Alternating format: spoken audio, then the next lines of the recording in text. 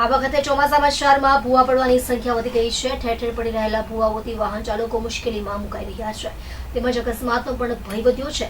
વિપક્ષ, આપ અને કોંગ્રેસ બંને આ મુદ્દે ભાજપ શાસનમાં રસ્તાના કામોમાં થતા ભ્રષ્ટાચારને જવાબદાર ગણાવી અલગ અલગ રીતે વિરોધ પ્રદર્શન કરી રહ્યા છે। ત્યારે શુક્રવારે વરાછાના લાભેશ્વર ચોક ખાતે વિરાટ ખાડો પડતા તેમાં વરસાદનું પાણી પણ ભરાતા આસપાસના લોકો તેમજ અહીંથી પસાર થતા વાહન ચાલકોને મુશ્કેલી પડી ગઈ હતી। આ મુદ્દે શહેર જિલ્લા કોંગ્રેસ સમિતિના કારોબારી પ્રમુખ દિનેશભાઈ સાવલિયા તેમજ કોંગ્રેસ કાર્યકરો સુરેશભાઈ સુહાગિયા, નિલેશભાઈ ડોંડા, દીપક હડિયા, ચેતનભાઈ રાદડિયાએ લાભેશ્વર ચોક ખાતે પડેલા ખાડામાં કમળ રોપીને અનોખી રીતે વિરોધ પ્રદર્શન કર્યું હતું। તેમજ કોંગ્રેસના નેતાઓએ ભાજપ પર આક્ષેપ કરતા જણાવ્યું હતું કે ભારતીય જનતા પાર્ટીના ભ્રષ્ટાચારને ઉજાગર કરતા ખાડા શહેરમાં પડેલા છે, જે લોકોને ત્રાસદાયી થાય છે। એવા ખાડાની અંદર શુક્રવારે ભારતીય જનતા પાર્ટીના ચિહ્ન એવા કમળનું રોપાણ કરી અને તાત્કાલિક ધોરણે ખાડાનું પુરાણ થાય તેવો સંદેશો શાસકોને આપવાનો પ્રયાસ કર્યો છે।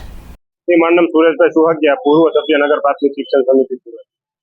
આજરોજ લાભેશ્વર ચોક ખાતે કોંગ્રેસ સુરત શહેર જિલ્લા કોંગ્રેસ સમિતિ દ્વારા ખાડામાં કમળ ઉગાડવાનો કાર્યક્રમ રાખવામાં આવેલો હતો।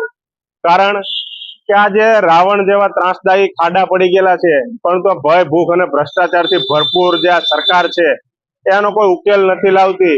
એટલે ખાડાની અંદર જે ભય, ભૂખ અને ભ્રષ્ટાચારનું ચિહ્ન જે કમળ છે એને આ રાવણ રૂપી ખાડાની અંદર ઉગાડી અને આજરોજ આ શાસકો સુધી એક સંદેશ આપવાનો પ્રયત્ન કરેલો કે લોકોને જે આજે અગવડતા પડી રહી છે, જે ત્રાસ પડી રહ્યો છે, જે ખાડાઓ છે, ક્યાંયથી જો રિક્ષા પસાર થતી હોય અને એની અંદર જો કોઈ ગર્ભવતી સ્ત્રી હોય તો એની ડિલિવરી જો રિક્ષામાં થઈ જાય એવા મસ્ત મોટા ખાડા પડેલા છે। પણ આ જાડી ચામડીના શાસકોના પેટનું પાણી પણ નથી હલતું, એટલે એના પેટનું પાણી હલે અને આ લોકોની સુવિધા આપે કે જે લોકોને ત્રાસ પડે છે એમાંથી છુટકારો મળે એ માટેનો આજનો અમારો કાર્યક્રમ હતો।